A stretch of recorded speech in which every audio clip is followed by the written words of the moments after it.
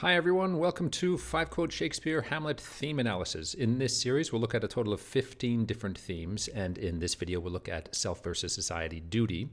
What I do in each video is I first unpack some of the important elements of the theme and apply it to the play, and then we dig deeply into the text of each play for evidence of the connection.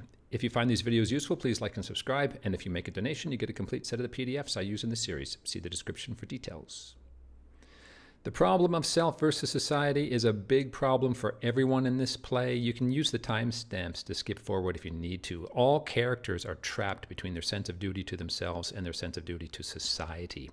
Conflicted loyalties are a common theme in a lot of literature. You're probably familiar with it. It's the central conflict, for example, in the Hunger Games.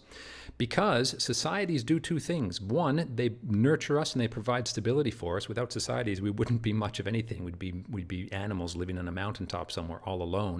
But of course, society can also smother us if they don't allow enough freedom for the individuality of each of us to thrive. So individuals must make sacrifices for the greater good. Absolutely. We can't do anything we want to do. We can't drive on whatever side of the road we want to drive on. Otherwise, there'd be total chaos, of course. But how much do we owe to the self and how much do we owe to others or society? That's a question that a lot of literature asks, of course. There's a line between selfishness and victimhood. If I take too much from others, am I being selfish? If I develop my own self too much, am I being selfish? But if I give too much of myself, am I victimizing myself? Am I cheating myself, do you see? Rarely is the answer obvious or easy, of course, and in this particular play, we're going to look at the parental figures as a representative of that society, although you might encounter stories where the country, your job, or your school represents the either nurturing power of society or the destructive, smothering power of society. So in this play, we'll look at parental figures which represent society, tradition, culture, and of course, conformity, and that can be both a good and a bad thing. If you're talking about driving on one side of the road or the other, conformity is a very, very good thing, do you see? We owe a lot to our parents, but unless they willingly step aside, the youth fails to mature and individuate, and that's the problem we see here in Hamlet. I'll talk briefly about this from the Harry Potter perspective, because in Harry Potter, the culture is represented, the past is represented by Dumbledore, by the father figures in these stories. And here we see in one of these books a beautiful, beautiful scene of the culture stepping aside, do you see? Society as represented in Dumbledore stepping aside.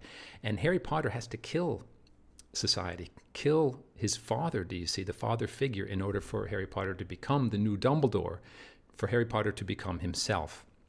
So here we see youth killing the father, the past, society, and culture. And here we see beautifully the father willingly killed so that youth can flourish and the society can renew itself, you see. That's what a healthy society does. Yes, it nurtures you, nurtures you, nurtures you until you're ready to take over, do you see, as the society itself, which in turn will nurture the next generation. That's how it works. Now, we've also got the dark side of society as well, represented here by Voldemort.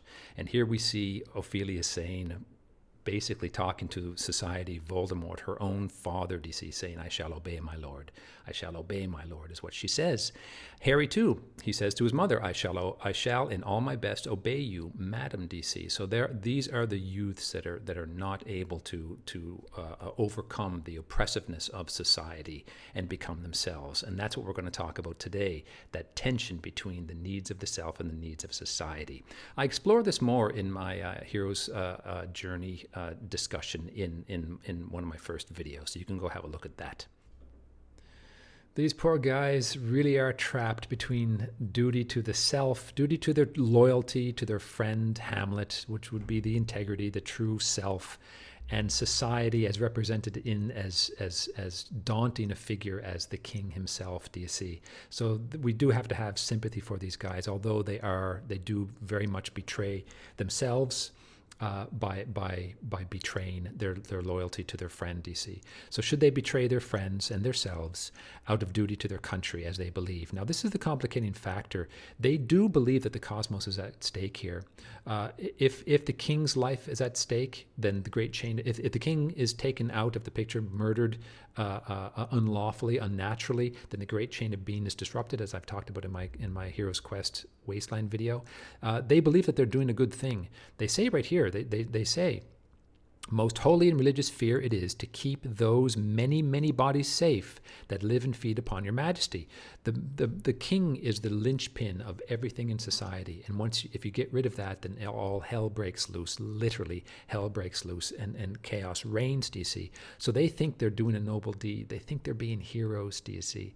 But they're defending the wrong king. They should have done this with King Hamlet and not Claudius, because Claudius is actually the cause of the wasteland, not the preserver of peace and harmony, do you see? So they really, really are trapped. They don't know what they're doing. So that's how we have to have sympathy for them, although they do betray their friends. They side with society. They say, no, we have to protect the king to save society.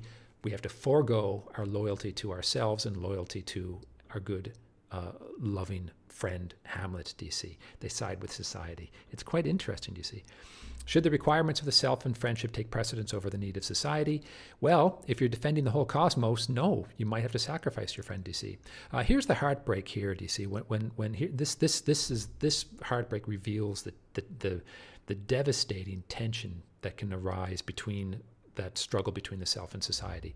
So Hamlet says, when he's trying to call out these guys, he says, dudes, by our rights of fellowship, be even and direct with me, whether you were sent for or no. Are you spying on me? Please be honest. Look, guys, please. Rosencrantz doesn't know what to do. He's trapped. The two forces. He's being pulled before integrity, pulled between integrity on one side and society, the king, on the other side. Do you see? Terrible, terrible place to be in. And Hamlet pleads again. He says, dudes, if you love me, be honest with me, hold not off. And then they do. There's a bit of loyalty here. And they say, yes, okay, fair enough. We were sent for. That's that shred. You see them leaning back towards integrity and friendship and sense of self and duty to self, do you see? But then, of course, they end up betraying him, like we see right here. Wouldn't want to be those guys. All right, these last two ones, they fall under the purview of a self versus society struggle, Baptista and the Norwegian soldiers. And that was 5 quote Shakespeare Hamlet theme analysis, self versus society, duty. I hope you found it useful, and if you did, please like and subscribe and pick up a copy of your PDFs if you need them. Thanks for watching.